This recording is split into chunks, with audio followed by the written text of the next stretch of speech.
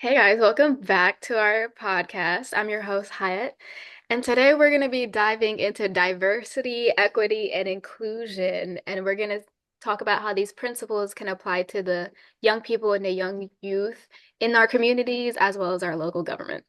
Diversity, equity, and inclusivity isn't just about policies, but it's also about young voices to be truly heard and be represented in shaping a more inclusive future.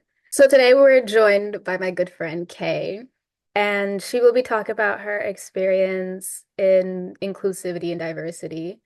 And so hopefully we can, learn from her experience and her insights and see how we can apply it in our communities. So thank you for joining me today. I'm excited to be here. Thank you for having me. Yeah, could you please tell us a little more about yourself? Yeah, of course. I currently work at a nonprofit called Leadership for Educational Equity, where we help develop and support leaders who come from mostly education backgrounds. I'm on the learning and development team, and I also serve as a fair housing commissioner for the city of Somerville. And I work on a coalition called Somerville Healthy and Safe Schools, where we work with our community, parents, educators on getting our communities and schools rebuilt in a carbon-free, sustainable fashion. In your experience, how are DEI efforts currently being approached in local government or organizations? And have you noticed any particular strengths or weaknesses? Yeah. I think that DEI, when it comes to local government, a lot of times focuses on just putting people on a flyer or having DEI be something that is just representation, when we know that true diversity and equity and inclusion is about really accommodating to and recognizing the needs that specific communities have. And when it comes to youth, we know that a lot of youth have barriers to access when it comes to uh, going out into their communities and advocating for the issues that matter to them. And so to me, I think the pros are that students do get to see them, or youth do get to see themselves in materials from their government. But I think the con is that a lot of times they're not actually supported or actually welcome in these spaces that communities claim to want them in. Like you stated, youth are often at the center of DEI conversations, but their involvement can sometimes be limited. How do you think that youth can be more effectively involved in DEI efforts, and what role should they play in shaping a more inclusive future? Yeah. I think that youth should utilize their voices and their power. I think that like being in a school and being around other people who are like-minded as you is so powerful because when you leave an environment like school, it's harder to mobilize people. But as as teens, as children, you have your peers to mobilize and to work on and talk about the issues that matter to you. So if it's about access to registering to vote. You have people around you who care about that issue. If it's about access to getting to school safer, you have people around you to advocate for those issues. And so, to me, I think that's the biggest thing. I think youth need to understand that these adults are scared of us. Like I say us as a 24-year-old, like they're scared of you. They Yeah. really are because they understand that in numbers, like numbers is the only thing you need. When you have folks around you who say, I care about this issue, people will listen because you're not leaving their front door. Hmm. I agree with you. Have you seen any examples of young people who have successfully led or been included in DEI initiatives? And what made those efforts stand out as successful? Yeah. I think the biggest one and the most recent one for me recently is students walking out from their high schools around the issue of Palestine. I think that we're seeing students say, I'm not going to stand for a school that is silent on an issue that matters to me. And so even in my own community, I live in Somerville, Massachusetts, students have been walking out relentlessly for weeks now. And we've seen like movement happen. Our administration has allowed things that they did not allow before these students started walking out, and they've given them a voice. And I've seen these students come to city hall meetings, to school committee meetings, like that. That's how you get people to listen to you. Mhm. When you disturb their normal lives on issues that are very not normal, that's when they listen to you. I heavily agree with you. And I've also seen the same in Seattle and the surrounding areas where not only with the Palestine war that's currently happening, but also within gun violence. Because I'm not sure about Somerville, but in Seattle and just the Seattle area, we have had an increase in gun violence, especially within the youth and especially at schools. And even with the kids that I work with, they've had friends be pass away from gun violence, and to see the youth take more action than adults when it comes to these important topics and these important issues that are going on, it's really not only motivational to see, but it's also kind of heartbreaking because it's like this is heavy work, and it's really heavy for teenagers and young adults who don't know where to place themselves in this world. So having to actively and putting themselves in overdrive to create a future that people who have more experience and lived longer, that's their position that they're supposed to ensure that the future is is there. But unfortunately, that isn't being done, and it's being put on the shoulders of the youth who don't even know what's going on now, especially since there's so much and they're engulfed in every corner. So for them to be able to be a part of the change is one thing, but having them to be the ones to be doing the changing, I think is a lot for them. I totally And agree. what are some common challenges you've seen that has prevents youth from feeling fully included in DEI efforts within their communities or local government? I think the biggest issue I've seen from governments, from community advocacy groups, is that they don't have the infrastructure to support youth. And so Mm, when I say that, I mean they don't have the infrastructure to get youth to and from these programs and events that they claim to want youth to be at. They don't have the curriculum that like readily supports youth and their learning in these programs that our local governments say are built for youth. And I think also they don't accommodate the needs that youth have, whether that's like time, whether that's family commitments. I think that also because they're youth, we have this idea that they shouldn't be compensated for the work that they do when they should be. I think that if you are a local government organization and you are talking about wanting to engage youth, you need to pay them. hmm If we would get paid as adults for coming to engage at an event or coming to support some kind of organization, they should as well, because they also have lives and many of them have families that can't just have someone out doing something for free. And I think that's also a huge barrier. I agree because in Seattle, there's currently a drive to increase the police budget, even though the city had agreed to put more money into like the local communities, whether it's restorative justice, whether it's rehabilitation or whatever. But it's like if you have the money to pay some of the like one of the reasons why these issues exist in the first place, why can't you divest that money into these local communities, these local organizations, especially with a focus on the youth, the ones who are really trying to save and trying to take them on a different path? Why can you not take that money and create that path? Put your money where your mouth is. If you see the issue, instead of investing into the issue itself, you should invest into the solution. But Yeah, unfortunately, I don't know, local governments don't really see that as a way to be more in touch with the community they say they're trying to work with.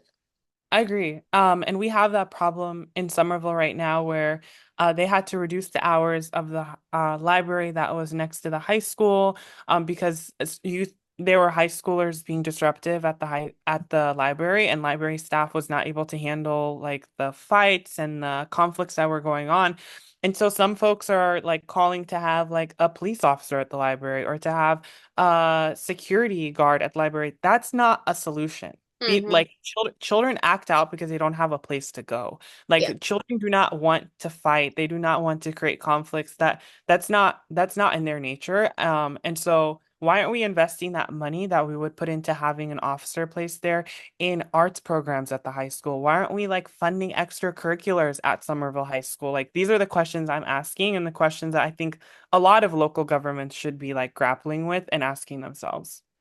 Yeah, especially like though that money could go to like a child psychologist that can Yeah. come in to these spaces that you tend to, or organize in. So it's like, why don't you put somebody to talk about their problems instead of putting someone to tell them that they have problems? Yes. So yeah, I agree. And I think, yeah, it's an issue all over America and our local governments, and if not the world. Yeah, so great point. Do you think that socioeconomic, racial, or cultural differences among young people influence their ability to participate in and benefit from DEI programs? I think that like race, culture, gender, socioeconomic status, all of these things impact whether or not a student A has access or the ability to show up and be present in these events. Because as we know, like white youth face these issues that Black students or Latino students or low income disabled students face at a much lower rate. They have the money and the infrastructure and the access to come to these events and to engage in these efforts that local governments are trying to get youth involved in. And so to me, it's like if you are an immigrant child who has four siblings and your mom is working, you can't go to an event at 5 p.m. Like you're Hmm. at home taking care of your family. If you are a Black student who lives far away and doesn't have access to a car because your parents can't just buy you one, that you can't go to the event. You can't be in community with the people that your local government is claims they want you to be in community with. And so those are barriers to access. And there are solutions to breaking barriers to access, but it's about money and again, like building infrastructure for youth. I agree. Because there should be programs that address these issues of, some kids don't have the proper transportation to get to where these events or these meetings are being held. So there should be initiatives where, you know, in Seattle, we have community vans that will come to your neighborhood to pick you up. A lot of people don't know that, you know? Mhm. There's resources out here that many people don't know exist. And it's like, why isn't there a more collective drive to get people in community who are seeking these resources and seeking these opportunities? We have the money, we have the resources, For us, we have SDOT and Sound Transit and Metro, which are all public transportation. But it's like a lot of people don't know that you can call, a van to take you anywhere with that. I think it's like 2 hour drive, like a 2 hour Mhm. distance. And a lot of people would benefit from that, especially the kids who seek to be in these spaces, to have their voices heard. But the thing is, some of them can't get there. Nobody wants their 15, 14, 16-year-old kid to take the metro bus at 8, 9 p.m. to get to Yeah. these meetings, especially when we know how some individuals act on these buses. Yeah. It's not safe for anybody, but it's not safe for the youth. Yeah. And it's like they're also trying to get security guards or police on the buses, but it's like there's no need for that. Let's That's not the address the solution. issue and find the solutions instead of blowing the problem out of proportion and creating even more problems. Because now we're gonna get people who don't feel comfortable with the police on, these public transportations that are supposed to be a safe haven in a way. I agree. Yeah. So there's a lot of work that needs to be done and a lot because it's all interconnected when I you agree. think about it. And so DEI policies often look good on paper, but implementing them is another challenge. How do you think that local governments can ensure that their DEI policies are truly inclusive in practice, and particularly for young people from all backgrounds? Yeah. Um, I think this like goes back to that point of moving past representation. I think that a lot of folks just have this idea that DI is about having like certain skin tones, certain Hmm. looks on a flyer, but not actually really building that infrastructure for those groups to be in the room.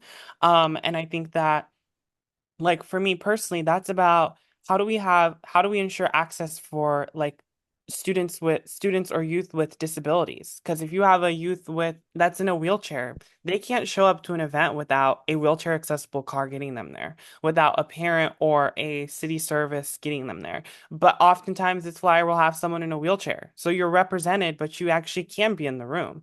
Mm. Um, and I think that that's really what we need to move forward from. Representation is not going to save us. We all know this. Like being seen in a movie, being seen in a flyer, being seen in an advertisement, it's not going to save you. And they use people who look like us all the time to build political campaigns to say that they're advocating for us, but when they get in the room, no one's actually there. So it's really about moving past representation. I agree. Because it's one thing to say that, oh, we're here for the people, but when their people aren't able to even be there, literally, physically, who are you really there for? You're trying to save face and show face, but you don't actually want to speak about the hardships or the obstacles that a lot of these people face in their everyday life. Especially when it comes to representation, it's not just about face. It's about what policies are being implemented where you can see the representation and people can actually be able to access these just like opportunities or initiatives or whatever they're the local government is trying to present to us. So leadership does play a critical role in advancing DEI. So what do you think are some roles that young people can have when it comes to DEI, or how can local government organizations actively encourage youth leadership in these areas?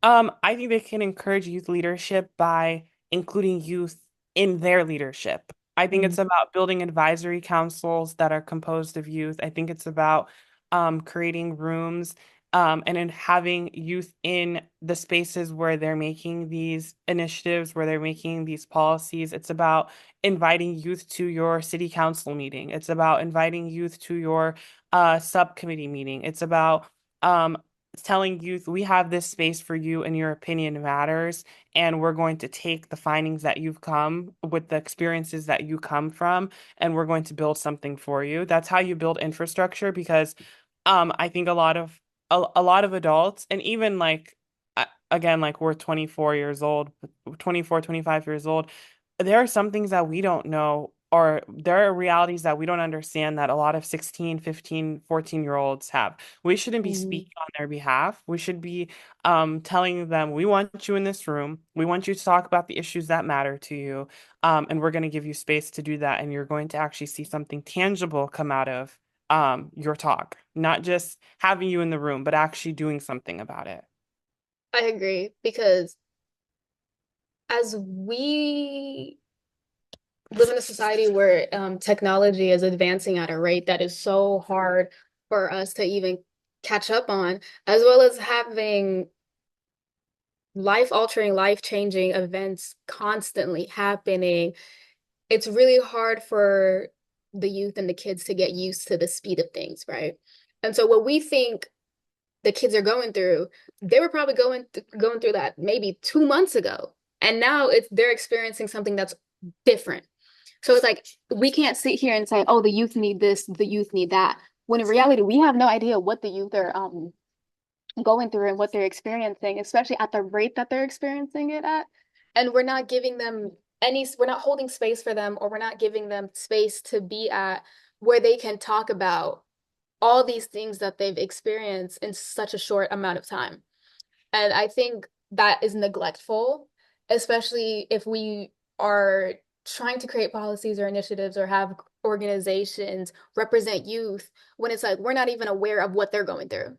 Because we might say, oh, kids go through like bullying and gun violence and this, that, and third, but it's like there's deeper issues, especially when it comes like on the global stage, with we have the election coming up, we have the war in Gaza and Israel happening. We have so many different issues and problems that are erupting all over the world. And we're not asking the youth, how are these issues and these problems affecting you, and how is that reflecting in your life? Is it affecting the relationships that you have? Is it affecting the schooling that you're, being taught? Or um, how does it affect your day-to-day life? Because it's, at that age, it's easy to feel like the world's ending, Hmm. especially when you can see destruction or you can see speeches being made or social media posts. And it's like, is this really the world that I'm being prepped for? But Hmm. how am I being prepped for? Hmm. Yeah, we can make assignments and we could turn in papers, but it's like, are we having these conversations and these discussions of like, these are real life things that are happening?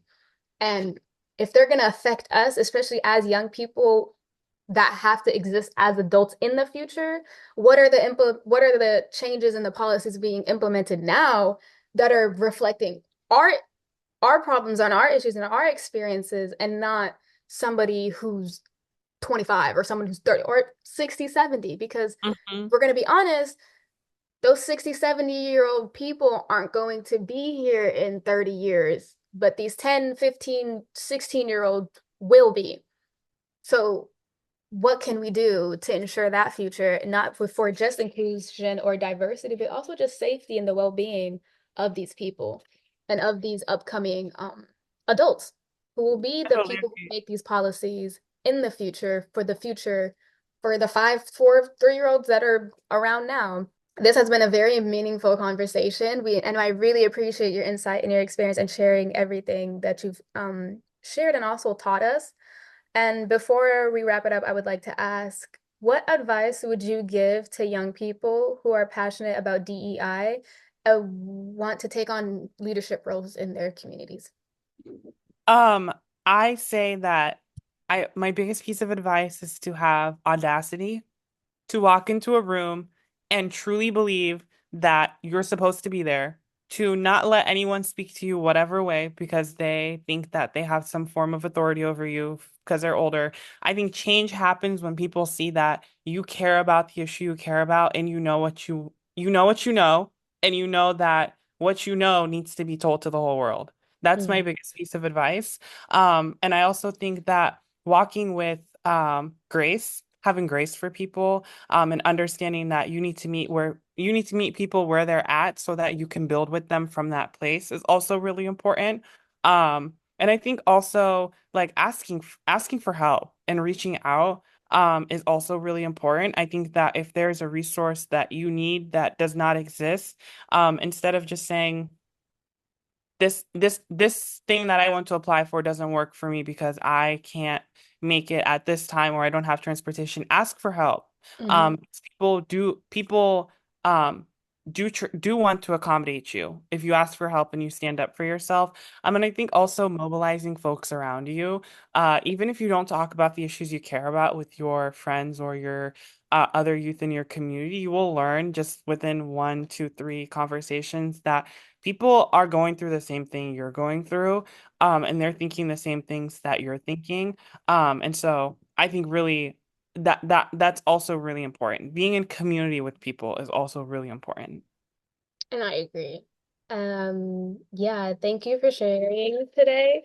It's been an enlightening discussion, and I'm sure our listeners have taken a lot away from this. And thanks again for joining me. Thank you so much for having me. This was For great. And thank you for everyone for tuning in. Be sure to subscribe, share, like this video, and as well as if you have any conversations that you would like to for us to speak about, let us know. And until next time, let's continue working towards a more inclusive and open discussion and equitable future for all people, especially the youth. Thank you.